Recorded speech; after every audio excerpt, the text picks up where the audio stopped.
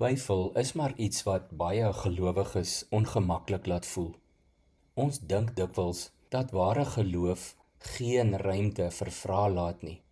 En tog wys die verhaal van Thomas in Johannes 20 vir ons dat twyfel nie noodwendig 'n teken van ongeloof is nie, maar dikwels 'n aanduiding van 'n opregte soeker na waarheid.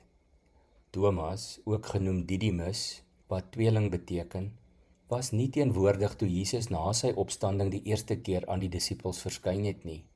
Toe hulle hom vertel dat hulle die Here gesien het, reageer hy met eerlike skeptisisme.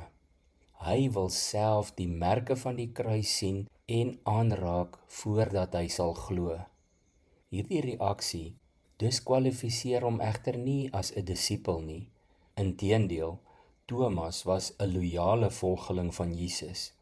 In Johannes 11 vers 16, as Jesus sê hy wil na Lazarus se susters toe gaan, verklaar Thomas, kom ons gaan ook, sodat ons saam met hom kan sterwe. Dit wys dat sy twyfel nie uit onverskilligheid voortspruit nie, maar uit 'n diep begeerte om sekerheid te hê. Ons lees van verskeie Bybelkarakters se getuienisse van twyfel of worsteling met vrae, op soek na antwoorde. Of selfs mense wat met God teëgepraat het. Dink aan mense soos Moses by sy roeping om na die Farao toe te gaan. Dink aan Abraham en Sara, aan Gideon die rigter, hy vra vir tekens. Ons onthou maar te goed vir Petrus daar in Matteus 14 van vers 29 af.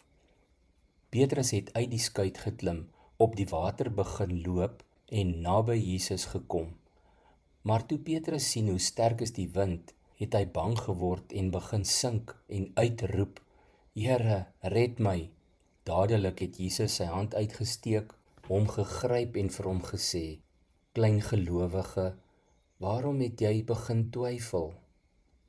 In Markus 9 vers 24 roep die vader van 'n besete seun met trane uit, ek glo Here, kom my ongeloof te hulp. Hierdie eerlike belydenis wys dat geloof en twyfel soms hand aan hand kan gaan. Selfs Johannes die Doper, wat Jesus as die Messias aangekondig het later vrae gehad. Gaan lees gerus Matteus 11 vers 2 en 3. Twyfel word problematies slegs wanneer dit 'n permanente houding van ongeloof word.